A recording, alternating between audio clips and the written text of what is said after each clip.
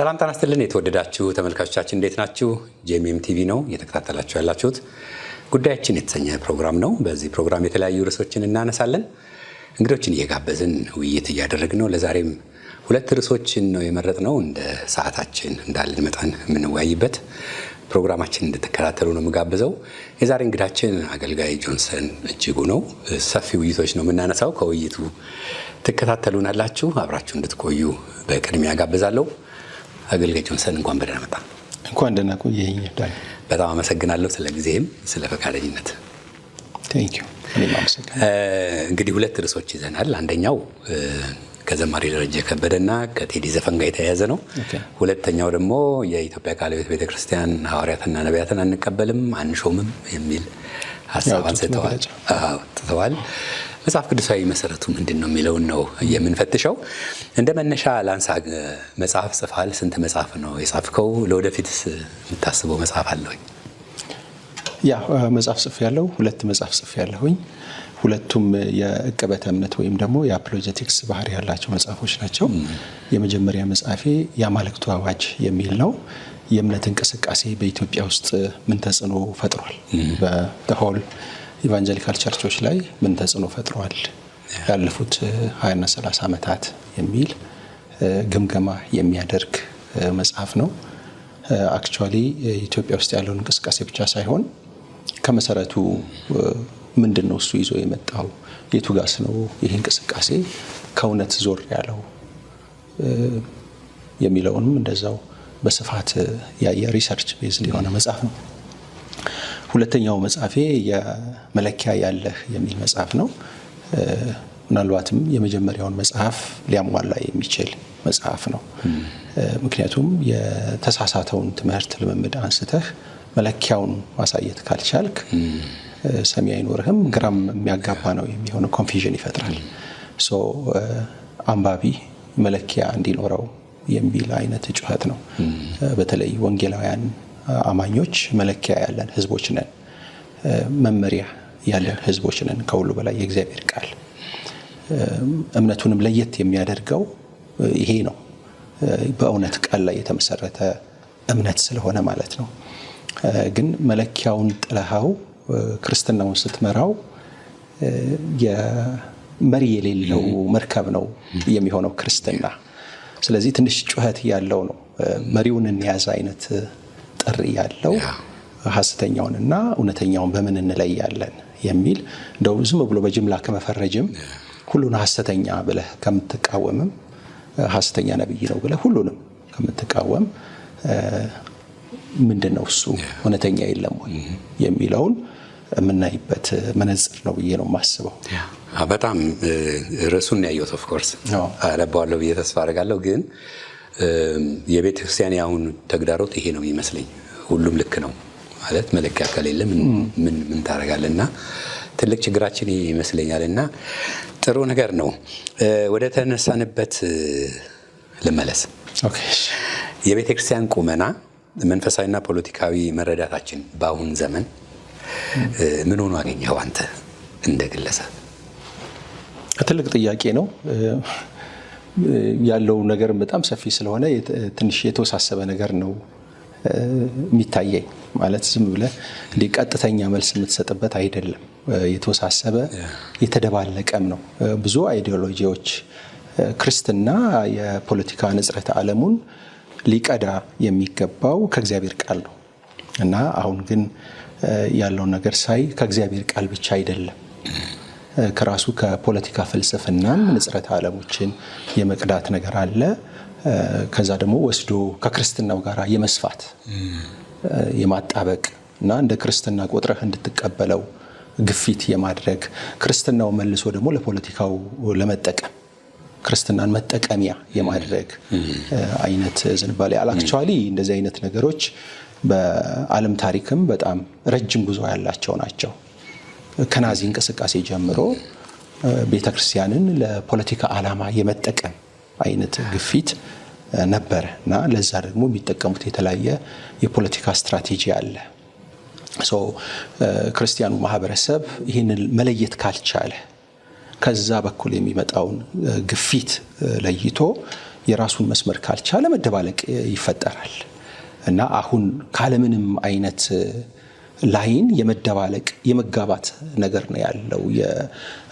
ምንም እንኳን አፍራሽ ቢሆኑም ከክርስትና ነጽረተ ዓለም ጋር የሚጋጩ ቢሆኑም የራስ የማድረግ ነገር በስፋት ታያለህ።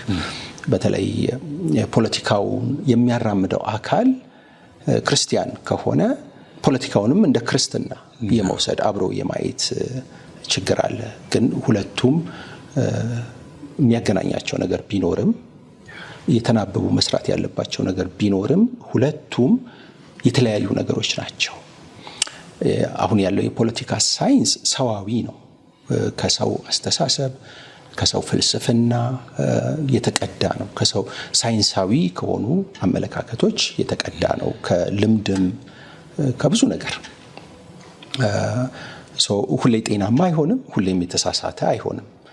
ክርስትና ግን መሰረቱ የእግዚአብሔር ቃል በምንም ነገር ልትለውጠው አትችልም። በሚቀላቀልበት ጊዜ ክርስትናውን የመጉዳት ነገር አለው፣ የመሸቀጥ ነገር አለው ማለት ነው።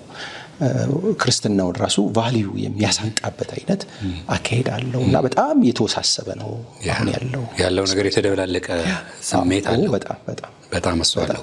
ምናልባት እንደው መሀል ላይ ላንሳና የጽንፈኝነት መድረክ ማለት በፖለቲካውም በሃይማኖቱም ሰፊ ቦታ ይዘዋል በአሁን ጊዜና ምንድነው ወደዚህ እንዲወስድ ያደረገው አሁን ይህን ትውልድ?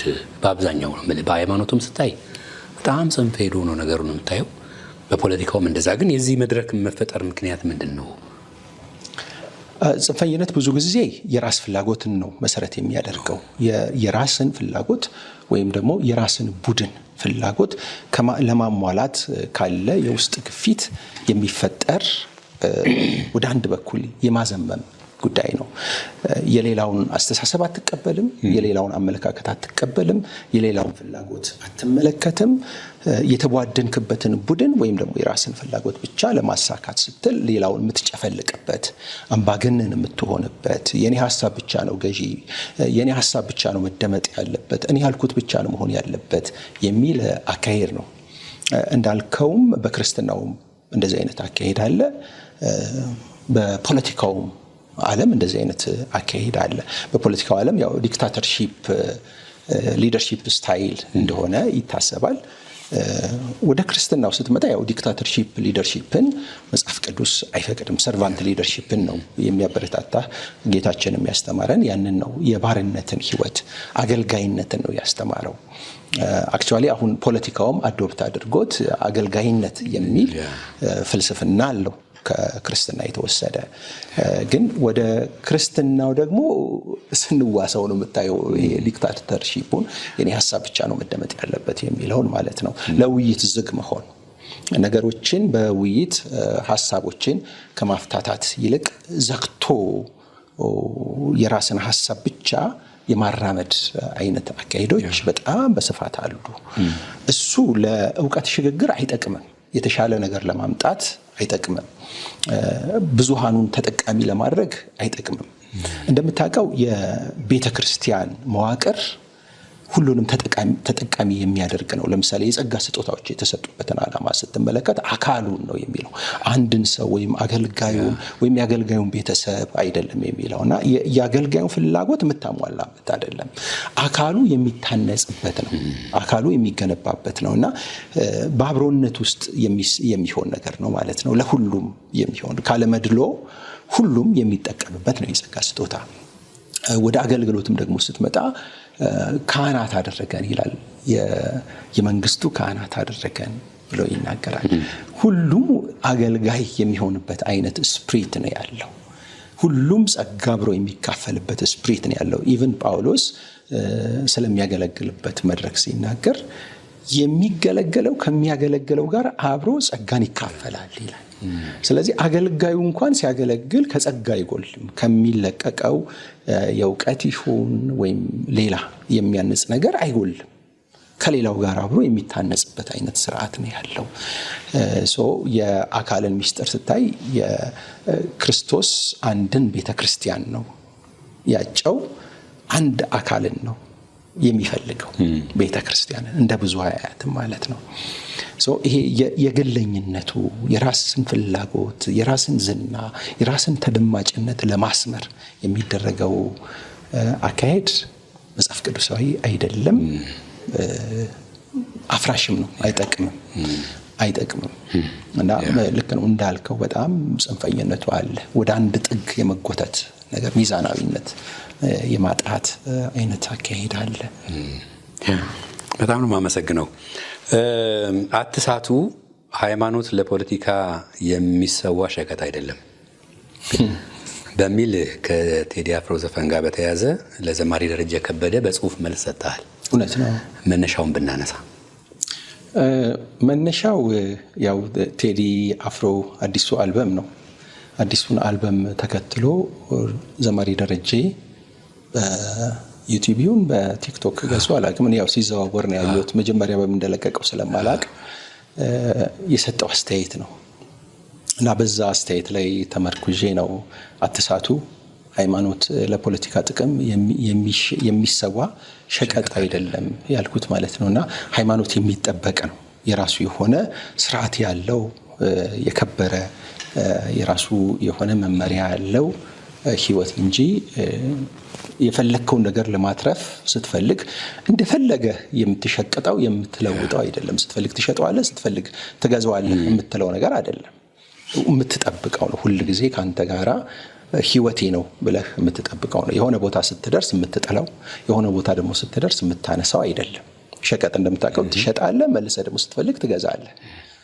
እንደዛ አይነት ነገር አይደለም። ሃይማኖት ህይወት ነው እና የሃይማኖት ክብሩ ቫልዩ ይጠበቅ ከሚል ሐሳብ ነው ያነሳሁት። ያ ምን ፖይንት አግኝተህበት ነው ይሄን ሐሳብ ያነሳው? ለምሳሌ ምን ተቃርኖ አለው? ወደ ሸቀጥ ያዞረው ነገር ምንድነው በሐሳቡ? ዋናው ነገር ክርስቲያን ፖለቲከኛ መሆን አይችልም አይደለም። ፖለቲከኛ መሆን ይችላል። ስለ ፍትህ መጮህም አለበት፣ ምንም ጥያቄ የለውም። አንድ ፓርቲ የመደገፍም የመቃወምም መብት ነው ያለው፣ ግዴታ የለበትም። ክርስትናውም እንዲደግፍም እንዲቃወምም አይበይንበትም። የራሱ የግል አቋሙና ውሳኔው ነው የሚሆነው። በዚህ ልክ ደረጃ አቋሙን ማራመዱ ችግር የለውም። ግን ምንድነው ባንዲራ አጠገብ ሆኖ መናገር፣ የአገር ፍቅር እንዳለህ እንዲታሰብ ወይም ህብረተሰቡ ለባንዲራው የሚሰጠውን ክብር ለአንተ እንዲሰጥህ ተጽዕኖ የመፍጠር አይነት አካሄድ በንግግሩ ላይ ያንን አይቻለሁኝ። ይሄ በጣም የክርስቲያናዊ የሆነ የፕሮፓጋንዳ ስልት ነው። የወንጌልን ክብር ወይም ደግሞ የመጥምቁ ዮሐንስን ከቴዲ ጋር ያነጻጽረዋል። አይተህ ከሆነ የመጥምቁ ዮሐንስን ክብር ለቴዲ ሲሰጠው ነው የምታየው። እንደ ነቢይ ነው፣ መጥምቁ ዮሐንስ ነው ብሎ ሲናገር ታያለህ።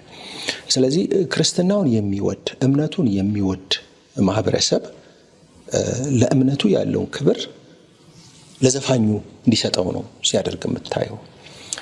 ለወንጌል ያለውን ፍቅር ህዝቡ ወስዶ ለዘፋኙ እንዲሰዋለት ሲያግባባ ነው የምታየው። ይሄ አደገኛ ነው። ወንጌል ሰብኳል፣ እንዲሁም ከሌሎች ወንጌላውያን ይሻላል፣ ለፍትህ ቆሟል የሚል ነው። አዎ፣ ለፍትህ ቆሟል የሚለው ራሱ በራሱ የራሱ መለኪያና መመዘኛ ሊኖረው ይገባል። ማለት የደረጃ ንግግር መሆን የለበትም። በራሱ ያ ንግግር እንዳልኩ ፕሮፓጋንዳ ነው እየሰራ ያለው። ሌሎች የሃይማኖት መሪዎች ለፍትህ እንዳልቆሙ አድርጎ የበየነበት አይነት ነገር ነው ያለው። እኔ ማቃቸው ነገሮች አሉ። አዋሳ ላይ በተፈጠረው ችግር፣ ደቡብ አካባቢ በተፈጠሩ ችግሮች፣ ሰሜን ላይ በተፈጠረው ችግር የሃይማኖት አባቶች የከፈሏቸው ትልልቅ ዋጋዎች አሉ። እነኚህ ሰዎች በእድሜያቸው የገፉ ናቸው፣ ህዝብ የሚመሩ ናቸው፣ ቤተሰብ የሚመሩ ናቸው። አደጋ ያለባቸው ክልሎች ድረስ ሄደው ለምነው ያስታረቁበትና ያግባቡበት፣ ሁለቱንም አካል ተው ያሉበት ብዙ ሁኔታዎች አሉ። ብዙ ያየናቸውም የቪዲዮ መረጃዎችም አሉ። ስለዚህ እነኛ ነገሮች ዋጋ የሌላቸው ሆነው መታየታቸው ራሱ አንዱ የፕሮፓጋንዳ አካሄድ ነው። ይሄ ምንድነው? ካርድ ስቴኪንግ፣ መርጦ ደርዳሪ፣ መረጃን መርጦ መደርደር አይነት አካሄድ። የምትፈልገውን አይነት መረጃ ተደረድርና ሌላውን ደግሞ እንዲረሳ እንዳይታሰብ ታደርጋለህ፣ እንዲዘነጋ ታደርጋለህ። ስለ ፍትህ ተናግሮ ሊሆን ይችላል በዘፈኑ። ቁም ነገር እሱ አይደለም።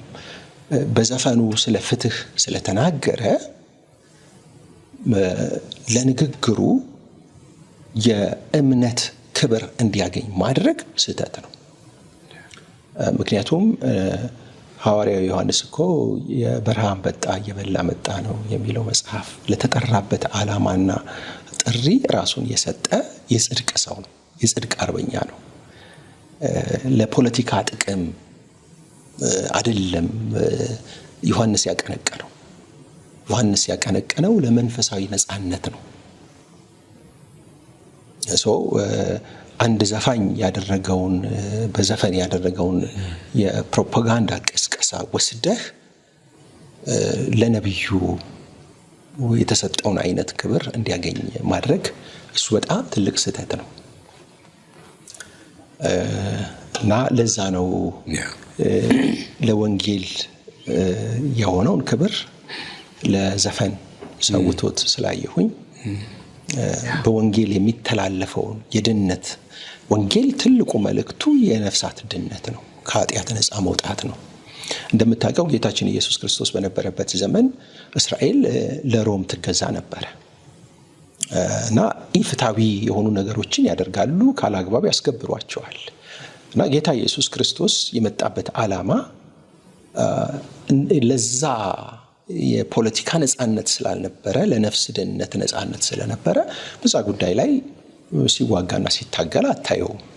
የቤተ ክርስቲያን ተልእኮም አይደለም። የቤተ ክርስቲያን መሪዎችን ለምን የፖለቲካ እንትን ውስጥ አልገባችሁም ብሎ መቀስቀስና መውቀስም ትክክል አይደለም፣ የተዛባ ነው። የደረጃ አመለካከት እኔ እንዳየሁት ከሆነ በራሱ የፖለቲካ ርዕዮተ ዓለም የታጠረ ነው። ያንን ለማሳካት ሲል የፈለገውን ነገር በነፃነት ነው የሚያደርገው። አንዱ የተቃወምኩበት ምክንያት ይሄ ነው። ሁለተኛው ክርስትና የራሱ የሆነ ዲሲፕሊን አለው። ፖለቲካው አንዳንዴ ነፃነት ሊሰጥ ይችላል፣ የመሳደብ ነፃነት ሊሰጥ ይችላል። የፖለቲካ ሲስተሙ አንድ ጊዜ ጠቅላይ ሚኒስትር መለስ ዜናዊ ማንም ሰው መለስ መላጣ ነው ብሎ መናገር ይችላል፣ መላጣዬን ግን መንካት አይችልም ብለው ነበረ። ማለት መሳደብ ትችላለህ ግን አካላዊ ጥቃት ልታደርግብኝ አትችልም የሚል ነው። እያሰብኩ ነበር አሁን አንተ ሀሳቡን እያነሳህ። አሁን ደረጀ ከበደ በዝማሬ ህይወቱ ለብዙዎቻችን ምልክት ነው። አሁን ዘማሪ ደረጀ ከበደ ምንድን ነው? እንደ አንድ ግለሰብ ብቻ አይደለም። መንፈሳዊ ሰው ነው? ፖለቲከኛ ነው? ወይስ ፖለቲከኛና መንፈሳዊ ነው?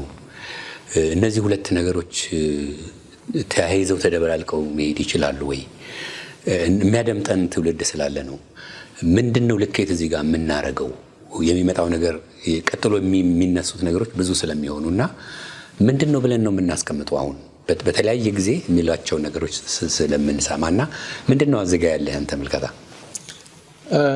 ደረጀ ለኔ ክርስትናና ፖለቲካ የተቀላቀሉበት ሰው ነው፣ ወይም ደግሞ ፕሮፓጋንዳና ክርስትና ንጽረት ዓለም የተቀላቀለበት ሰው ነው። ደረጀ ያው ራሱ እንደ አክቲቪስት ሊያይ ይችላል፣ እንደ ዘማሪም ሊያይ ይችላል። አክቲቪስት መሆን ይቻላል፣ ዘማሪ መሆን፣ ሁለቱንም ማንነቶች ይዞ መሄድ ይችላል። ችግሩ ምንድነው? እሱ ሁለቱን መቀላቀሉ ነው። ፖለቲካው ላይ ክርስትናውን ሲያዳብለው ታያለህ፣ ክርስትናው ላይ ደግሞ ፖለቲካውን አምጥቶ ሲሰፋው ታያለህ። ስለዚህ ሁለቱ ማንነቶች ለኔ ተቀላቅለውበታል ብዬ ነው የማስበው። ሶሻል ሚዲያ የሚጠቀሙ ሰዎች ኤዲት የሚያደርገውም ይሄ ነገር ልክ ነው ልክ አይደለም የሚልም የለም። አሁን እንደምናየው ነው ሁሉም ሶሻል ሚዲያ ላይ ያወጣልና እንደዚህ አይነት ነገር ሲፈጠር እንደው ሃይ የሚል የለም ወይ? ለምሳሌ አሁን ደረጀ ከበደን አንስተናል፣ ሌሎች ብዙ ሰዎችን ማንሳት እንችላለን። የአገልጋዮችን ስም እየጠሩ ቤተክርስቲያንን እንደዚህ የሚያንቋሽሹ ሰዎች እንዳሉ እናያለን። ሃይ ባይ የለም ወይ እላለሁ። ቢያንስ ተነስቶ እንደዚህ ነው የሚል እንደ ተቋምም እንኳን ብናይ ካውንስሉ አለ፣ ህብረቱ አለ። በእነሱ በኩል ምንም ነገር የምንሰማው ነገር የለም። አሁን በተለያየ ነገር የሚነሱት ነገሮችና ምንድነው ህብረቱ ውስጥ ካውንስሉ ውስጥ ዝም ማለት የፈለገበት? ባለፈው ታስታውሳለህ የግብረ ሰዶም ጉዳይ በመካኒያስ ስም መሰረት ክርስቶስ ሲነሳ ምንም ሀሳብ የሰጡት የለምና ምንድን ነው ብለን ማለት እንችላለን? ወይስ የዚህ አይነት ስራ የሚሰራ ሰው ሌላ ነው? እንግዲህ ያው ተቋማት ቤተክርስቲያናት የራሳቸው የሆነ አሰራር አላቸው። እኛ ሚዲያ ላይ ድምጻቸውን አልሰማንም ማለት ዝም ብለዋል ማለት አይደለም። የውስጥ ስራዎች ይሰራሉ፣ የቢሮ ስራዎች ይሰራሉ፣ የስልክ ኮሚኒኬሽኖች አሉ፣ የኢሜይል ኮሚኒኬሽኖች አሉ። ስራዎች የሚሰሩባቸው በርካታ መንገዶች አሉ። ሶሻል ሚዲያው እና ደግሞ ጄሜም ወይም ሌሎች ቴሌቪዥን ጣቢያዎች ብቻ አይደሉም በዚህ ውስጥ ኢንቮልቭ ማድረግ ያለባቸው። እነኚህ መገናኛ ብዙሃን ላይ ብቻ አይደለም ስራ የሚሰራው የሚል እምነት አለኝ እኔ። የውስጥ ስራዎች አልተሰሩም ዝም ብለዋል ብለን መደምደም ትክክል አይደለም። እሱ መታረም አለበት። ዝም ማለታቸውን እርግጠኞች ስላልሆንን ማለት ነው። ምን እንዳደረጉ፣ ምን እርምጃ እንደተወሰደ፣ ምን እንደተነጋገሩ የምናውቀው ነገር የለም። አልነገሩንም፣ አላሳወቁንም ያስኬዳል።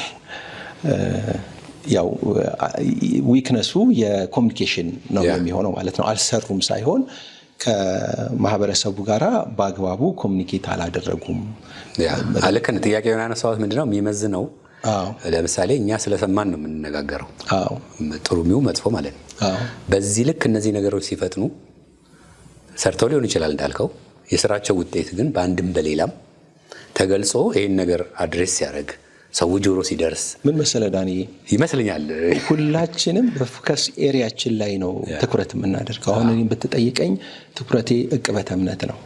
ስለዚህ ከዕቅበተ እምነት አንጻር መሪዎች አልሰሩም፣ መሪዎች ምንም አልተናገሩ ምናምን ወደሚለው ነገር እሄዳለሁ ማለት ነው። አንተ ደግሞ የሚዲያ ሰው ነህ። ስለዚህ ሚዲያው ላይ ነው ትኩረትህ። ትኩረት ኤሪያ ስለሆነ ትኩረት ኤሪያ ላይ መሪዎችን ማየት ትፈልጋለህ። የአብያተ ክርስቲያን መሪዎችን፣ የካውንስሉ መሪዎችን ማየት ትፈልጋለህ። ይሄ እኮ ትክክል ነው። ትክክል አይደለም እያልኩ አይደለም። ግን ምንድነው ከነሱ ይልቅ የኮሚኒኬሽን ኤሪያውን የያዝነው እኛ ስለሆንን እኛንን ድምጻችን መሰማት ያለበት። መሪዎችንም ወደ ሚዲያ እያመጣን ድምጻቸው እንዲሰማ ግፊት ማድረግ ያለብን እኛ የሚዲያ ሰዎች ነን። ሚዲያ ላይ የምንሰራ ሰዎች። ሚዲያው ትልቅ ድርሻ አለው የመሪዎቹን ድምጽ ወደ አደባባይ ለማምጣት። የአብያተ ክርስቲያናት ህብረት የራሱ የሆነ ሚዲያ የለውም። ምናልባት ካውንስሉ አለው ራሱ ሚዲያ። ለምን ይሄንን አላደረገም የሚል ጥያቄ ማንሳት ተገቢ ነው። ሌሎች ቤተ እምነቶች ሙሉ ወንጌል፣ ቃለ ሕይወት እንኳን አሁን ጀምራለችና ሙሉ ወንጌል፣ አብዛኛዎቹ ቤተ እምነቶች የራሳቸው የሆነ ሚዲያ የላቸውም። ቢኖራቸውም የዛን ያህል ተከታታይ የላቸውም፣ ገና አዳዲሶችም ስለሆኑ። ጆንሰን ጥሩ ነገር ያነሳው ምንድነው፣ ካውንስሉ ቢሮ ደጋግሜ ደውያለሁ፣ ስልክ የሚያነሳልኝ የለም። እንደዚህ አይነት ነገር በአብዛኛው ያጋጥማል። እውነት ለመናገር እነዚህ ኬዞች ምን እንደሆኑ በእርግጥ አላውቅም። አሁን ይሄ ነው ልል አልችልም። ግን እንደ ሚዲያ ሰው በሚዲያ በኩል አንድ ትልቅ ቻሌንጅ ያለን ምንድነው፣ ነገሮች እንደዚህ እነሱና ለማጥራት ስትፈልግ በካውንስሉም ሆነ በእንደዚህ በተቋም ደረጃ ያሉ ሰዎች በጣም ሪዘርቭድ ናቸው። ለዛ ነገር ምላሽ ለመስጠት በተደጋጋሚ ነው የምልህ ፈቃደኛ አይሆኑም። አይ ቲንክ ምክንያት ሊኖሩ ይችላል። ግን ይሄ አንዱ መታረም ያለበት አይደለም ወይ? ለምሳሌ እንዳልከው ነው እንደ ሚዲያ ስንፈልጋቸው ሊገኙ ይጠበቃል ማለት ለህዝብ ጋር ነው ኮሚኒኬት የምናደርገው። አሁን እኮ ችግሩን መሰለ አንድ ሳይድ ነው የምንሰማው። ስለዚህ አንድ ሳይድ ስለምንሰማ የሰማነውን ነው የምናስተጋባው። አይ ሚዛኑ ይሄ ነው፣ ይህን ነገር መደረግ አለበት፣ የሚመለከታቸው ሰዎች ደግሞ ይህን ብለዋል ለማለት አንችልም። ስለዚህ ጥሩ ሀሳብ ነው ያነሳልኝ። እንደዚህ አይነት ነገሮችስ መሪዎቹ ይህን ነገር ቢሰሙ፣ ይሄ ግረ መንገዴ ነው የምልህ፣ ቢሮ ስናንኳኳ ስልክ ስንደውል ቢመልሱልን ወይ አንችልም እንኳን እኮ አንድ ነገር ነው። ስለዚህ ይሄንንም በዛው አድሬስ ለማድረግ ነው። ልክ ነው፣ አስፈላጊ ነው። ኮሚኒኬት ማድረግ መቻል አለባቸው። ቢቻል በራሳቸው ሚዲያ በራሳቸው ፕላትፎርም ሀሳቦችን ግልጽ ማድረግ አለባቸው፣ ኮሚኒኬት ማድረግ አለባቸው። ህዝቡን ሚዲያ ላይ ስለሆነ የሚያገኙት። ካልሆነ ደግሞ እንደዚህ አይነት ኦፖርቹኒቲዎችን ለመጠቀም ፈቃደኛ መሆን መቻል አለባቸው ብዬ አስባለሁኝ። ምናልባት ያው ተቋም ስትመራ የምታወራው ተቋሙን ወክለ ስለሆነ ባወራው ነገር የሚኖርህ ተጠያቂነት በጣም ትልቅ ነው የሚሆነው፣ ግዙፍ ነው የሚሆነው። ከተናገርክ በኋላ ለምን እንደዚህ ተናገርክ፣ ለምን እንዲያልክ የሚለው ነገርም ስለሚመጣ ያን ፍርሃት ስላለባቸው ይሆናልና ግን ያው ሪስኩንም መጋፈጥ ግድ ነው። ለምን መሰለ ጆንሰን፣ ይሄ ነገር ሲሪየስ ስለሆነ ነው። ምናልባት እንደውም ብዙ መናገር የሚገባቸው ሰዎች ዝም ስላሉ ሊሆን ይችላል። ብዙ መነገር የሌለባቸው የሚነገሩ ነገሮች ብዬ የማስብበት ጊዜ አለ። ማለት አየሩ ክፍት ነው። ልክ ነው። ይሄ ነገሮችን እያሰፋቸው መጥቷል። ሁለተኛው ሀሳቤም ከዚህ ጋር ሊያያዝ ይችላል። በተለይ የቃለ ሕይወት ቤተክርስቲያን መሪዎች ተከታትለው ከሆነ ወደዚሁ ልግባና ሐዋርያትና ነቢያትን አንቀበልም አንሾምም የሚል ውይይት ነበራቸውና ሰፊ ውይይት ነው፣ ሰምቼዋለሁ በደንብ። ከሱ ጋር በተያያዘ የምናነሳው ነው። አሁን እነዚህ ሰዎች ቆይተው መጥተዋል። አንድ ጥሩ ነገር ነው ብዬ ላስብ የምችልበት ጎን አለው። እሱንም ልታነሳው ትችላለህ። በዚህ ልክ እስከዛሬ ስለምን አልተመጣም የሚል ጥያቄ ልክ ነው ልክ አይደለም የሚለውን አድርገን እንደነዚህ ሰዎች መናገር ያለባቸው ቤተክርስቲያን መሪዎች ወጥተው ከዚህ በፊትም ይሄ ልምድ ኖሮ ወዲያው ይሄ ሀሳብ ቢሰጥ ብዙ ነገሮች ቢያንስ ማስቀረት ባንችልም ሰው ውስጥ የተሻለ ግንዛቤ እንዲኖር ማድረግ ይችላል። እና ምንድነው ከዚህ ውይይት የተረዳው? ሐዋርያትና ነቢያት በዚህ ዘመን አንቀበልም፣ አንሾምም፣ አናስተናግድም የሚል አለ። እንዴት አየው? ልክ ነህ። ለብዙ ጊዜ ዝም ብላለች የቃለ ሕይወት ቤተክርስቲያን። አሁን ጥሩ ሊባል በሚችል መግለጫ መታለች ፊት ለፊት። ይሄ ለእኔ ጥሩ ጅማሬ ነው። ጥሩ መነቃቃትን ፈጥሯል። መነጋገሪያም ሆኗል እና ጉዳዩ የሚመለከታቸው የቤተክርስቲያን መሪዎች፣ የቃለ ሕይወት አጥቢያ መሪዎችም እና ደግሞ ሐዋርያና ነቢይ በሚል መጠሪያ የሚጠሩ ሰዎችም ራሳቸውን የሚፈትሹበትና አቋማቸውን የሚመዝኑበት ሁኔታ ተፈጥሯል። ያ ለኔ እንደ ጥሩ ጅማሬ ነው ብዬ ነው የማስበው። ቤተክርስቲያን ሕዝቧን መጠበቅ አለባት። መነሻ ሀሳባቸው ምንድነው የሚለውን ለማየት ሞክሬያለሁ። መነሻ ሀሳባቸው ሁኔታዊ ጥናት ወይም ደግሞ ኬዝ ስተዲ የምንለው አይነት ምክንያት ነው። ከዚህ በፊት በዚሁ በአዲስ አበባ ከተማ ክፍለ ሀገር ያለውን ትተነው የቃለ ሕይወት ቤተክርስቲያን ለሐሰተኛ ነቢያቶች በሯ ክፍት የሆነበት ሁኔታ ነበረ። አዲስ አበባ ላይ እዚሁ ላፍቶ ቃለ ሕይወት እስራኤል ዳንሳ ተገኝቶ ያገለገለበት ያውም የቤተክርስቲያኗ መሪ ፕሬዚዳንት እና ምክትል ጸሐፊው ባሉበት መድረክ ላይ ማለት ነው። እንደዚህ አይነት ሁኔታ ተፈጥሮ ነበር እና ይህ በጣም ያሳምማል። ሌላው በደቡብ አፍሪካ በቅርብ ጊዜ በዚሁ ዓመት 9 የሚሆኑ የቃለ ሕይወት ቤተክርስቲያን አጥቢያዎች ተሰባስበው አንድ ኮንፈረንስ አዘጋጅተው እዩ ጩፋን ጋብዘውት ነበር። እዩ ጩፋን ደግሞ የቃለ ሕይወት ቤተክርስቲያን አትቀበልም፣ እንደ ቤተ እምነት እስራኤል ዳንሳንም አትቀበልም። ይሄ የቤተ እምነቷን አቋምም ተላልፎ የተደረገ ነገር ነው። ይሄ ለምን ሊፈጠር ቻለ የሚለውን በማጥናትና በራቸውን ለመዝጋት ነው ያደረጉት። ቀዳሚ የነበሩ ነባር ቤተ እምነቶችን አይመለከትም ወይም የፔንቴኮስታል እንቅስቃሴውን የሚመለከት አይደለም ጥናታቸው። እነ ብርሃነ ወንጌል፣ እነ ሙሉ ወንጌል፣ ሌሎች እነ ገነት ቸርቾችን የሚመለከት አይደለም። ኬዝ ስተዲው በራሳቸው ዙሪያ እና እነኛ አዳዲስ የተባሉ የማይቀበሏቸው ሐሰተኛ ብለው የሚያስቧቸው ነቢያቶች የሚያደርጉትን መድረክ የመጋራት እንቅስቃሴ ለመግታት ነው የተደረገው። አልቦተ ስጦታዊ ፖዚሽንም ለመያዝ የተደረገ አይደለም። ሴሴሽኒዝም የምንለው ማለት ነው። የጸጋ ስጦታዎች ተቋርጠዋል፣ አሁን የሉም፣ አይሰሩም የሚል አቋምም የላቸውም። ስጦታዎች ለቤተ ክርስቲያን ተሰጥተዋል፣ ይሰራሉ የሚል ሀሳብም አንጸባርቀዋል። ስለዚህ እንደዚህ አይነት ፖዚሽንም የላቸውም። ጥሩ የሚባሉ መለኪያዎችንም አስቀምጠዋል። አንዳንዶቹን ደግሞ እኔ በመለኪያ ያለህ መጽሐፍ ላይ ያነሳኋቸው ሀሳቦች ናቸው። ለምሳሌ ላንሳ። አገልጋይነት ኢየሱስ ራሱ የመጣው ሊያገለግል ነው፣ ነፍሱን ለብዙዎች ቤዛ አድርጎ ሊሰጥ ነው የሚለውን ሀሳብ አንስተዋል አይታቸው ከሆነና አሁን የምናያቸው አገልጋዮች የአገልጋይነት ባህሪ የላቸውም፣ የጌትነት ባህሪ ነው ያላቸው የሚል ፖይንት አንስተዋል። ሌላ ስጦታዎች የተሰጡት ለማነጽ ነው፣ አካሉን ለመጥቀም ነው እና አሁን ያለው እንቅስቃሴ ደግሞ አካሉን ከመጥቀም ይልቅ እያፈረሰ ነው ያለው፣ እየጎዳ ነው ያለው የሚል ነጥብ አስቀምጠዋል። የእግዚአብሔርን ቃል ቸል ማለት፣ ቫልዩ አለመስጠት ለእግዚአብሔር ቃል እና በአሁናዊ ትንቢቶች ላይ የመመስረት ነገር፣ ሚዛን የማጣት ችግር እንዳለ ይሄንንም ያው ውይይታቸው ላይ ሲያነሱት እንግዲህ ጥናታቸው ይሄንን አካቷል ማለት ነው። ይሄንንም ሲያነሱት ያለ ሌላው ራእይ የሚሰጠው ለዓላማ ነው የሚል ሀሳብ አንስተዋል። ይሄ በጣም ወሳኝ ነው። የቤተ ክርስቲያን የአገልጋዮች ራዕይ ደግሞ ወንጌል መስበክ ነው እና ወንጌል አይሰብኩም። ወንጌል ስለማይሰብኩ ይሄ ታይትላቸው የተሰጣቸው ታይትል ጥያቄ ውስጥ ነው፣ ትክክል አይደለም የሚል ግምት እንደያዙ ነው የተናገሩት። ከነኚህ ሁሉ ነገሮች ተነስተው የወሰኑት ውሳኔ ሐዋርያትና ነቢያት የሚል ስያሜ ያላቸውን አገልጋዮች አንቀበል፣ መድረካችን ላይ ያገለግሉም፣ ቃለ ሕይወትም አትሾምም የሚል ጠቅለል ያለ ውሳኔ ነው የወሰኑት ማለት ነው። እንግዲህ ያነሷቸው ነጥቦች በጣም ወሳኝ ናቸው፣ ትክክልም ናቸው። መጽሐፍ ቅዱሳዊ የሆኑ ነጥቦችም ነው ያነሱት። ሐሰተኛውን ከእውነተኛው የምንመዝንበት የምንለይበት መለኪያም ነው ብዬ ነው የማምነው። ቆንጆ ስታንዳርድ ነው ያስቀመጡት። ከዛም በላይ የሆኑ ነገሮችን ተናግረዋል። አክቹዋሊ ግን እኔ ያየኋቸው በእነኚህ ውስጥ ያየኋቸው ችግሮች ህዝቡ የፈለገው ሐሰተኛውና እውነተኛው የቱ ነው አመልክቱን የሚል ነው እንጂ ነቢያትና ሐዋርያት የሉም ብላችሁ ሙሉ ለሙሉ በራችሁን ዝጉ የሚል ጥያቄ አይደለም። የህዝቡ ጥያቄ ያው እነሱም ተናግረውታል፣ ለይታችሁ አሳዩን ነው። ሁሉ ጊዜ ለምን እንወሳከባለን? ሁለት ነገር ነው ያደረገው። ስታንዳርዱን አስቀምጠው ህዝቡ እንዲለይ እድል ቢሰጡ ጥሩ ነው እንደኔ።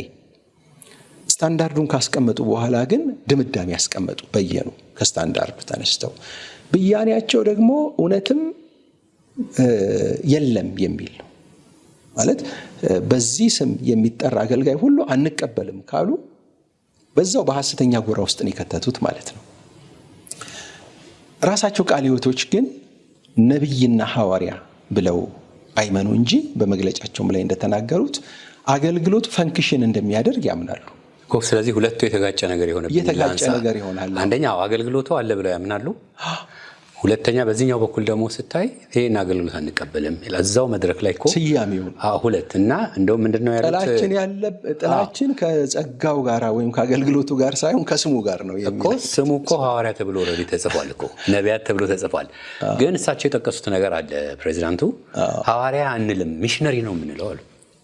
አሁን አስብ፣ ከቃላቱ ነው ወይስ ከስራው ነው ወይ? አሁን ከስያሜው ጋር ያየሁት ነገር ምን መሰለህ፣ እንዲሁ ሐሳቡን በደንብ እንድናነሳው ነው።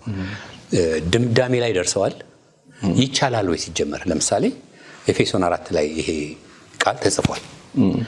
እንደው አምስቱን ብቻ ብናይ ሁለቱን አልቀበልም ሶስቱን ነው የምቀበለው ይቻላል ወይ? አንደኛ እኔ አሁን ይሄን ነው የምጠይቅህ፣ እንደ እግዚአብሔር ቃል አንድ የቤተ ክርስቲያን መሪም ይሁን ማንም ሰው ካሉት ከመጽሐፍ ቅዱስ ክፍል ይሄን እቀበላለሁ ይሄን አልቀበልም ማለት እንችላለን ወይ የሚለውን እስቲ ሐሳብ ላንሳ። ይሄ መርጦ መቀበል እኔ ይቻላል ብዬ አላስብም። ምክንያቱም እዛ ኤፌሶን አሁን ያነሳው ቦታ ላይ በዝርዝር ነው የተቀመጡት ነቢያት፣ ሐዋርያት፣ መጋቢዎች፣ አስተማሪዎችና ወንጌላውያን የሚል ለቤተ ክርስቲያን ተሰጡ ብሎ ነው የሚናገረው። ኦኬ ቢሮ የሚለውን ተቃወሙ። ቢሮ ስለማይል ቃሉ ቢሮ መባሉ ትክክል አይደለም። መጣሪያስ መሆን አይችልም ወይ? መጣሪያ ደግሞ መሆን የማይችልበት ምክንያት የለም እንደኔ። መጠሪያ መሆን ካልቻለ በምንም አይነት የአገልግሎት ስያሜ የትኛውም አገልጋይ መሰየም የለበትም። ወንጌላዊ መባል የለበትም፣ አስተማሪ መባል የለበትም፣ ወንድም እየተባለ መቀጠል አለበት። አሁን ችግር የሆነው መሰለ ከቃሉ ተነስተው አይደለም ወደ ድምዳሜ የመጡት፣ ከኬዝ ስተዲያቸው ተነስተው ነው። ነቢያትና ሐዋርያት የተባሉ አገልጋዮች ከመጡ በኋላ ክርስትና እየተበላሸ መጣ እና ብዙ ማጭበርበሮች፣ ብዙ ጉዳቶች እየተፈጠሩ ነው። ስለዚህ እነኚህ ኦፊሶች ናቸው ችግር ያለባቸው ለይተው ማለት ነው። እነኚህ ኦፊሶች ችግር ስላለባቸው ኦፊሶቹን ከምንቀበል ብንዘጋቸው ይሻላል ነው። አገልግሎቶቹ ነው። ልክ ነው።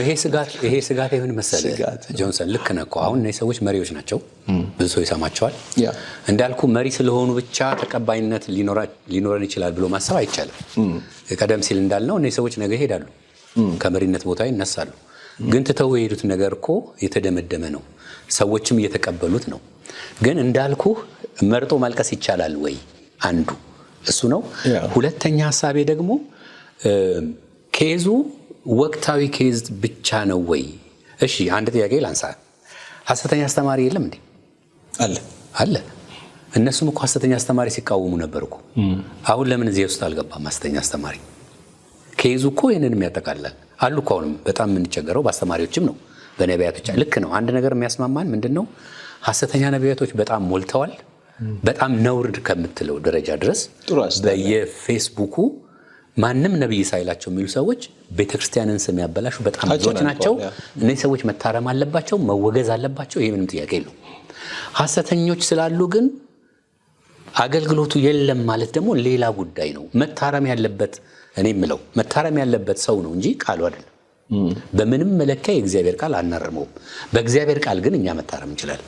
ስለዚህ የተሻለው ለምሳሌ ላንሳለህ የቃለ ሕይወት ቤተክርስቲያን ሐሰተኛ ነቢያትና ሐሰተኛ ሐዋርያት አለ ካሉ እውነተኞችን ማፍራት ግዴታቸው ነው። ቴንክ ዩ ምንም ምርጫ የለውም። በር ከመዝጋት እሺ አሁን ነገ ይነሳሉ እኮ ምንም አትጠራጠር። ከዛው ከቃለ ሕይወት ነቢያቶች ይነሳሉ። መድረክ አይሰጧቸው። ሊፈጠር የሚችለው ምንድን ነው? የሚነሱበትን ምክንያት ላሳይህ። ካነሳኸው የጸጋ ስጦታዎች ተሰጥተዋል ለቤተ ክርስቲያን ብለው ክፍት አድርገውታል። ተሰጥተዋል፣ ፈንክሽን ያደርጋሉ ብለው በተደጋጋሚ ተናግረዋል። ፈንክሽን እንደሚያደርጉ ካበረታቱ አይታል አሁን ያልከው ችግር ይፈጠራል ማለት ነው። በትንቢት ስጦታ የሚያገለግሉ፣ በማስተማር የሚያገለግሉ፣ በተለያየ ስጦታ የሚያገለግሉ አገልጋዮች ይፈጠራሉ። አስተማሪ ስትላቸው አይ እኔ ለማስተማር አይደለም እግዚአብሔር የጠራኝ ይለዋል። መጋቢ ስትለው ለመጋቢነት አልጠራኝም ይልሃል። ምን ታደርገዋለህ? የቃለ ሕይወት ችግር ለራሷም አድሚኒስትሬሽን ጨምሮ ምክንያቱም መድረክ ሊከለክሉት ነው። መድረክ ሊከለክሉ ከዛ ይወጣል ማለት ነው። ቀጣዩ ነገር ይወጣል። ከዛ ተቃውሞ ወጣ ደግሞ ሊባል ነው ማለት ነው። አሁን ይሄ መዘዝ ሲመጣ የነበረ ብቻ ሳይሆን ከወጡ በኋላ እረኛ ነው የሚያጡት እነኛ ልጆች። ለስተት ትምህርትና ለስተት ልምምድ የተጋለጡ ነው። ምናልባት የሆነ ሁሉ እኮ እስከዛሬ አንዱ መነሻም ይሄ ነው። ቴንክ ዩ ለምሳሌ ከሙሉ ወንጌል የወጡ አይደሉም ወይ? አሁን ነቢያቶች ተብለው የምንቃወማቸው ከየት የመጡ ናቸው? ምናልባት 50% ከሕይወት ብርሃን፣ ከቃለ ሕይወት፣ ከሙሉ ወንጌል እንዳለ ባክስትራቸውን ስታይ ከዛ የወጡ ናቸው። ስለዚህ አሁንም ያን እየተደገመ ነው። ምናልባት መሪዎቹ አላስተዋሉትም እንጂ ይሄው እየተደገመ ነው። እነዚህ ሰዎች ሲወጡ አይ እኛ ይሄንን አንቀበልም ሲሏቸው ያላቸው እድል ምንድነው? በሰላም መሄድ አይችሉም። ምክንያቱም አንቀበልም ተብለው ስለሆነ ሊጽፉላቸው አይችሉም። ከኛ የወጡ ናቸው ሊሏቸው አይችሉም።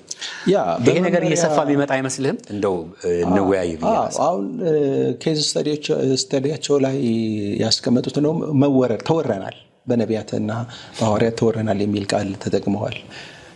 ወረራውን ጭራሽ አባብሰዋል ብዬ ነው የማስበው።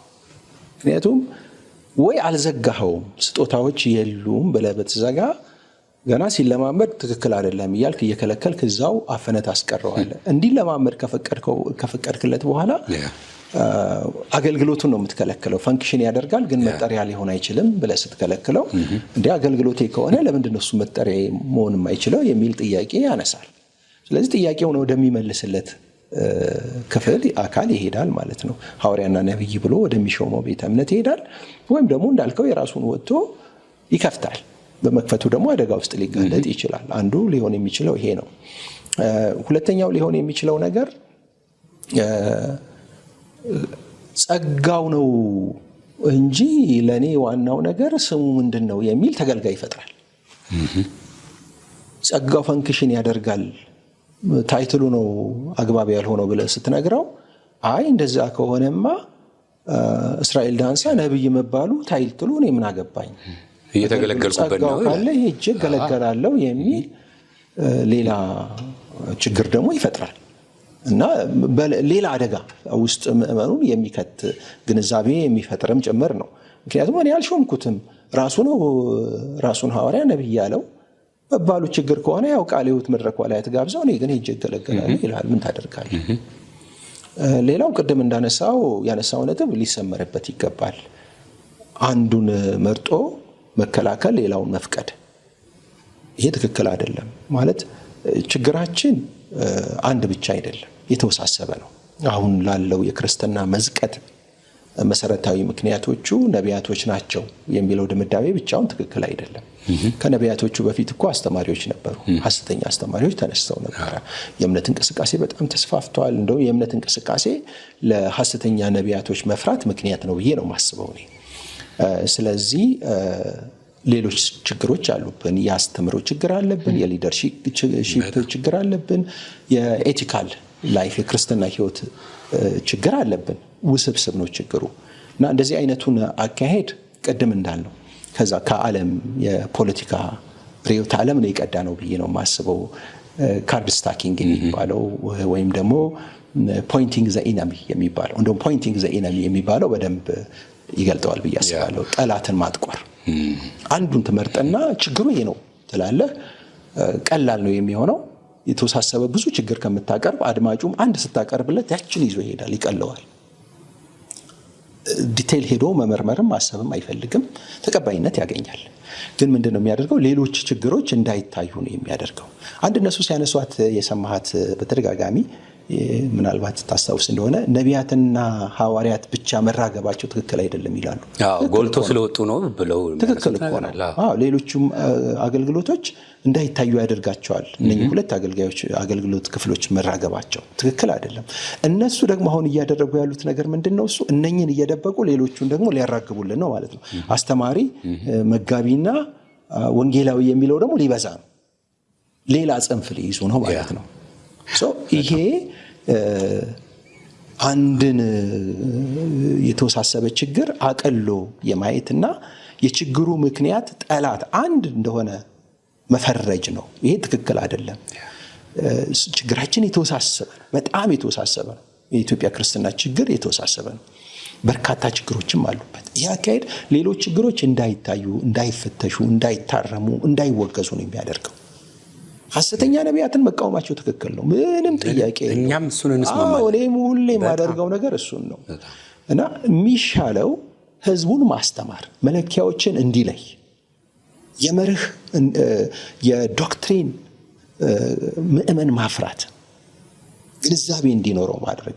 ስጦታ ይናገራሉ እኮ እነሱም ስጦታዎች የተሰጡት ለዚህ ነው ምናምን እያሉ እኮ በብዛት ተናግረዋል። ልክ እንደዛ አይነት ነገሮችን ወደ ህዝቡ ማምጣት፣ ሐሰተኞችን መለየት እንዲችል ማድረግ፣ ታይትሉን ከሐሰተኞች ላይ ከመቀማት ይልቅ ራሱ የስተት ህይወትና የስተት ትምህርትን የስተት ልምምድን መቀማት፣ እንዳይለማመዱት ህዝቡም እንዳይቀበል ኤክሰርሳይስ እንዳያደርግ የስተት ልምምድን አደጋ ማሳየት መቻል፣ ዶክትሪናል እንዳልሆነ ትምህርታቸው ማሳየት፣ ስጦታዎች የተሰጡበት ዓላማ ገንዘብ ለመሰብሰብ እንዳልሆነ ማሳየት። እነኚህን ነገሮች ማድረግ ቢቻል ህዝቡ በተሻለ መንገድ ከሐሰተኞች አፍ ማስጣል ይቻላል ብዬ አስባለሁ። ይህ አካሄድ ግን ሌላ ጽንፍ ነው የሚይዘው። በጣም የሚገርም አሳልፎ የሚሰጥ ነው። እሱን እያሰብኩ ነው። አሁን ጊዜያዊ ነገር ላይ ነው የእግዚአብሔርን ቃል የሻሩት ብዬ ነው የምለው እኔ። ለምን ያልፋል? ቀደም ባሉት ዓመታት እኮ ስትመለከት ወንጌላዊ የሚባል ጭንቅ ነበርኩ። በጣም ጭንቅ ነበር። አንድ ሰው ወንጌላዊ ተብሎ ሲጠራ በጣም ብዙ ኮምፕሌን የነበረበት ጊዜ ነበር። ከዛ አስተማሪ የሚለው መጣ። በየጊዜው ጥያቄ እያመጣ ነው የመጣው። ጥያቄውን እንደ እግዚአብሔር ቃል መፍታት እንጂ ስትዘጋው ወንጌላዊ ትባላለህ፣ ከዛ አስተማሪ ትባላለህ፣ ከዛ መጋቢ ትባላለህ። እንደሱ ነው። አሁን ደግሞ ከዛ ደግሞ ነብይ የሚባል ተባለ፣ ነብይ፣ ከዛ ሐዋርያ የሚባል እና ልክ እንደ ሃይራርኪውን ያመጣው የራሷ የቤተ ክርስቲያን እንትን ነው፣ ልምምድ ነው። እሱ ትክክል ማለት ያ ዘመን አልፎ አሁን ወንጌላዊ ምንም አይደለም፣ ፓስተርነት ምንም አይደለም፣ ግን ኢሹ ነበረ። በጣም እንደዚህ እንዳሁን ኢሹ ነበር። ስለዚህ በጊዜው የሚያልፈውን ነገር ሕያው በሆነው በእግዚአብሔር ቃል መዝነህ የሚጣለውን መጣል ነው እንጂ እንዳልነው ይሄ የእግዚአብሔር ቃል ቁጭ ያለውን ነገር አይሆንም ብሎ መዝጋት በራሱ እንዳልከው ምን አስተውላለሁ መሰለህ? በኢትዮጵያ ቤተክርስቲያን መሪዎች የማስተውለው አንድ ነገር ምንድነው? ያጠፋ ይነቀላል ነው መርሁ የሚመስለኝ። አንድ ሰው በአንድ ቤተክርስቲያን ካጠፋ ቀጣዩ እርምጃ እዛ ሰው ላይ መስራት አይደለም፣ የዛን ሰው ነገር ተከታትሎ ወደሚቀጥለው ምዕራፍ ማድረግ አለ። በአብዛኛው ሁሉንም ልል አልችልም። ይሄ ትሬንድ እየመጣ ይመስለኛል። አንድ ነገር ሲፈጠር እንዝጋው ከሚዘጋ አሁን ቅድም ያልከው እኮ ነው። ማስተማርና ወደ እውነት ቅርጽ መመለስ ስራ ይፈልጋል። ማን ይሰራዋል? ይሄ ጥያቄ ነው። ምክንያቱም መሰራት ያለበት ስራ ነው አሁን የተዘጋው። ሐሰተኞች አሉ። አዎ። እንዴት? እሺ አሁን አንድ ጥያቄ ልጠይቅህ። ሐሰተኛ ነህ ብለኸኛል አንተ። ያ ማለት እውነተኛ ነኝ እያልከኝ ነው አይደል? አዎ እያልከኝ እኮ ነው። እውነት ሳይኖርህ ሐሰትን ልትለካ አትችልም። አዎ እያልከኝ ነው። እሱ ከሆነ ደግሞ እውነት አለኝ ካልክ ደግሞ እውነቱን ሰርተህ ልታሳየኝ ግድ ነው። አሁን በቤተክርስቲያን የተቸገርነው ነገር መኮንን ማሳደድ ብቻ ነው እንጂ እሺ ልክ ነው ሐሰተኞች እኮ እኛም ተቃውመናል። አሁንም ግን እሺ እውነተኞቹስ እንዴት ይምጡ? ማን ነው ያን የሚያስተምረው? ማን ነው ያንን መስመር የሚያዛይ? በር ዘግቶ የሚያስተምርና ወደ እውነተኛ አገልግሎት አሁን ከመዝጋት ወደ እውነተኛ ነብይነት ወደ እውነተኛ ሐዋርያነት ሰዎች እንዲመጡ እንዴት እንስራ የሚለው ከባድም ስለሆነ ይመስለኛል። ቀላሉ ነገር ማውገዝ ነው። ቀደም እንዳልከው በጣም ቀላል ነው። ተሰብስበህ እነንትናን አውግዘናል ማለት የመጨረሻ ቀላል ነው። እነዛን ሰዎች ግን ወደ እውነት የመመለሱ ስራ ጊዜ ስለሚፈልግ ቀላሉን መንገድ ተጠቅመዋል ብዬ አስባለሁ። እንግዲህ ይሄ የኛ ምልከታ ነው። የእነሱም ጥሩ ጎንንም አንስተናል። ግን ትውልዱ አሁን ምንድን ነው የሚይዘው? ምናልባት የመጨረሻ ጥያቄ ላይ ነኝ ጆንሰን፣ ምንድን ነው ትውልዱ ከዚህ የሚማረው? እንደዚህ አይነት መግለጫዎች፣ እንደዚህ አይነት ውይይቶች ሚዛን ሳይኖራቸው ጊዜያዊ ነገር ላይ ተመስርተው ልክ ነው አሳሳቢ ነው። አሳሳቢ የሆነው ግን ከእግዚአብሔር ቃል በላይ አይደለም ምንም ነገር። ምንድን ነው የማጠቃለያ ሐሳብ ያለህና በሱ ልጨርስ። እንግዲህ ያው ተቋማት ህዝባቸውን መጠበቅ አለባቸው። ቤተ እምነቶች የሚያወጧቸውንም ስትራቴጂዎች እንዳልከው ዘመን ተሻጋሪ የሆነ ስትራቴጂ ነው ሊያወጡ የሚገባው። የጊዜውን ችግር በቀላሉ ፈተው ለመሄድ አይደለም መታሰብ ያለበት። የሚያወጧቸው መመሪያዎችና መርሆች የሚኖራቸውንም ሳይድ ኢፌክት አሉታዊ ጎንም በደንብ ቆም ብሎ መፈተሽና መመርመር ያስፈልጋል። ይህንን የቃለ ሕይወት ምሁራን ማድረግ ይሳናቸዋል ብዬ አላስብም። እኔ ለመተቸትም ወደ ሶሻል ሚዲያም ወደዚህ ሚዲያ ላይ ያነሳውበት ምክንያት ትልልቅ ምሁራኖች አባቶች አሉ። የተሰራው ስራ ግን ከአቅም በታች ነው። ህዝብን መንገድ ከማሳየት ይልቅ የማፈን አይነት አካሄድ ነው የሄዱት። እሱ ትክክል አይደለም። አንዳንድ ጊዜ ያለብን ስጋት የሐሰተኛ ትምህርትና ልምምድ ብቻ ነው ወይ የሚል ጥርጣሬም ያድርብኛል። ምክንያቱም በጣም ትልልቅ ኮምፒቲሽኖች አሉ እዚህ ስታይ ነባር ቤተ እምነቶች እየተቀዛቀዙ ያሉበት አይነት ሁኔታ አለ። አምልኮ፣ ዝማሬው፣ መንፈሳዊ ሰርቪሱ እውነተኛ የሚባሉ ቤተ እምነቶች ወደ መቀዛቀዝ የሄዱ ያሉበት ሁኔታ አለ። ይሄም እንደ ኦርጋናይዜሽን ሊያሳስባቸው ይችላል ብዬ አስባለሁ። ቃለ ሕይወት ብቻ ሳይሆን ሌሎቹንም ቤተ እምነቶች እየተዟዟርኩ ለማገልገል ሲሄድም የማያቸው የምታዘባቸው ነገሮችም ስላሉ ማለት ነው። አዳዲስ በተባሉ ቤተ እምነቶች በጣም የተበለጡበት ነገር አለ። ምንም የማይካድ ነገር ነው። ኦርጋናይዜሽን ነው፣ ኢኮኖሚ ያስፈልገዋል። ኢኮኖሚን እንቃወማለን እንጂ እኮ ቃለ ሕይወት እኮ ትልቅ ህንጻ አላት። ትልልቅ ህንጻዎችንም ቤተ እምነቶችንም ታስገነባለች። ትልልቅ የፋይናንስ አቅም አላት። ደብረ ዘይት ያለው ቀላል ሀብት አይደለም፣ በጣም ትልቅ ሀብት ነው፣ ትልቅ ሪሶርስ ነው። ግን አልተሰራበትም፣ ተኝተውበታል። ትንንሽ ቦታ ያላቸው አዳዲስ ቸርቾች ደግሞ ከዛ የተሻለ እየሰሩ ነው ያሉት። ምናልባት ይሄ ኮምፒቲሽንም እያስፈራቸው ይሆን ወይ የሚል ጥርጣሬም ያድርብኛል። የምዕመናን ፍልሰት እኮ በራሱ አንድ ትልቅ ጥያቄ ሊሆን ይችላል። ፍልሰት አለ፣ መቀዛቀዝ አለ፣ ትኩረት ማጣት አለ። ኮንፈረንሶች ላይ ትኩረት የማጣት አይነት ሁኔታ አለ። በትጋት ነው ሲሰሩ የምታያቸው አዳዲሶቹ ማለት ነው። ይሄ ሐሰተኛ ናቸው እውነተኛ ናቸው የሚለው ጥያቄ እንዳለ ሆኖ ሁሉ ሐሰተኛ ናቸው ብዬ እኔ አልደመደምም። እውነተኛ የሆነ እንቅስቃሴ ጥሩ የክርስቶስ ልብ ያላቸው ከሙሉ ወንጌል ከቃለ ሕይወት የወጡ አገልጋዮች አሉ። በዛው ቃለ ሕይወት አገልጋዮች ያደጉ እኛ ወደኋላ እነ ጋሽ ኬዳሞን እነ አባባ ማንደሮን ብቻ የምንጠቅስበት ምክንያት ያለ አይመስለኝም። በትውልዳችን ውስጥ ያሉ የወንጌል ጀግኖችንም ማሰብ መቻል አለብን። እነኚህን ኮምፒቲሽኖች ከመፍራት ጀግኖቻችንንም እንዳንቃወማቸው እፈራለሁኝ። ጤናማ እንቅስቃሴዎችንም እንዳናጣጥላቸው እፈራለሁኝ። ከፊታችን ያለው ትውልድ ያመከነው ትውልድ ነው። እውነትን የሚፈትሽ የምንለውን ብቻ የሚቀበል ሳይሆን ለምንድን ነው ያሉት ብሎ የሚመረምርና የሚጠይቅ ነው። ስለዚህ ይሄ ለኔ አሁን የወጣው መግለጫ የስነ አመክንዮ ተፋልሶ ያለበት የሎጂካል ስርዓቶችን የማያሟላ ነው። ስጦታዎች አሉ፣ ተቀበላቸው፣ ተለማመድ፣ ተገልገል፣ ነገር ግን ታይትሉን አትጠቀም፣ ታይትሉን በሚጠቀሙ ሰዎችም አትገልገል የሚለው የሚያስኬድ አይደለም።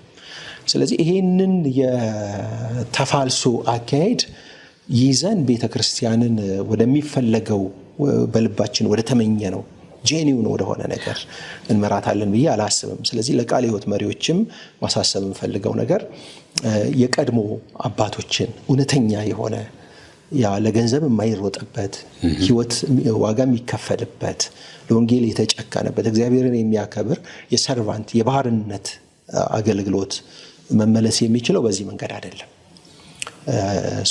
መጽሐፍ ቅዱሳዊ በሆነ ሁሉንም አገልግሎቶች በማይጎዳ ፕሮሞት በሚያደርግ አይነት አካሄድ መሄድ ቢቻል ቤተክርስቲያን አትራፊ ትሆናለች። ምክንያቱም ተሰጥተዋል ነው የሚለው። እነኛ አምስቱም የአገልግሎት ስጦታዎች ናቸው፣ ተሰጥተዋል ለቤተክርስቲያን፣ ነቢያትም፣ ሐዋርያትም፣ ወንጌላውያንም። እኛ አገልግሎቱን መለየት፣ ማሳደግ፣ መግለጥ አቃተን ማለት የሉም ማለት አይደለም።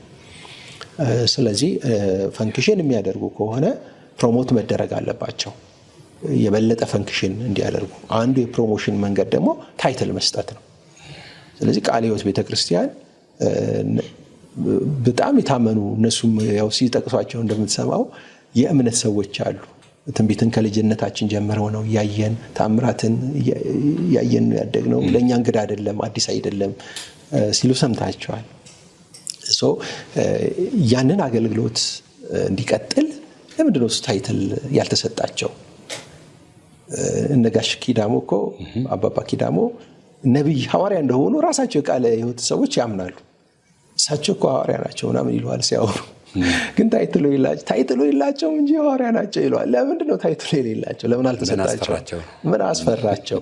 ካመኑ የራሳቸውን ሄሮዎች ሐዋርያ እንደሆኑ ያምናሉ፣ ነቢይ እንደሆኑ ያምናሉ።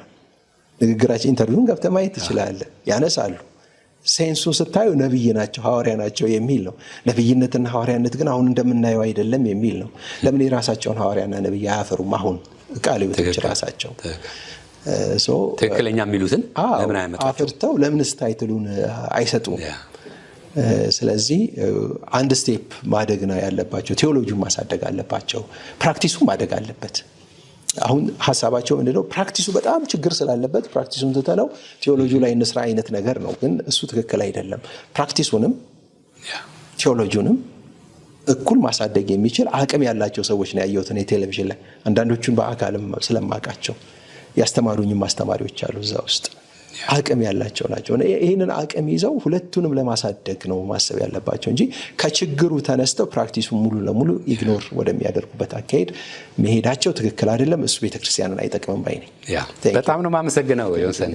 ሰፊ ሀሳብ አንስተናል። በጣም ወቅታዊ ነው፣ ትክክልም ሀሳብ ነው ብዬ እላለሁ። ስለ ጊዜ እጅግ አድርጌ ነው የማመሰግነው። ተባረክልኝ። ተመልካቾቻችን ውይይታችን እንግዲህ እንደተከታተላችሁት ነው። የቃለ ሕይወትን ጉዳይ አንስተናል። የዘማሪ ደረጀ ከበደንም ጉዳይ አንስተናል። በዚህ ዘመን እንግዲህ የእግዚአብሔር ቃል ምንድን ነው የሚለውን ከኛ ፍላጎት ከጊዜያዊ ሁኔታ ጋር ሳናያይዝ፣ ነገር ግን ቃሉ የሚለውን ለማለት ወይም ለማድረግ መንገዱን ማስመር ጠቃሚ ነው ብዬ ነው እኔ መልእክት ማስተላልፈው። ይሄ እንግዲህ የተወያየነው ውይይት ለቃለ ሕይወት መሪዎችም ለሚመለከታቸውም ቢደርስልን ደስ ይለናል። እናንተም ተመልካቾቻችን የራሳችሁ ሀሳብ አላችሁ እንድትወያዩበት ነው። ፕሮግራማችንን ስለተከታተላችሁ እጅግ አድርገን ነው የምናመሰግነው።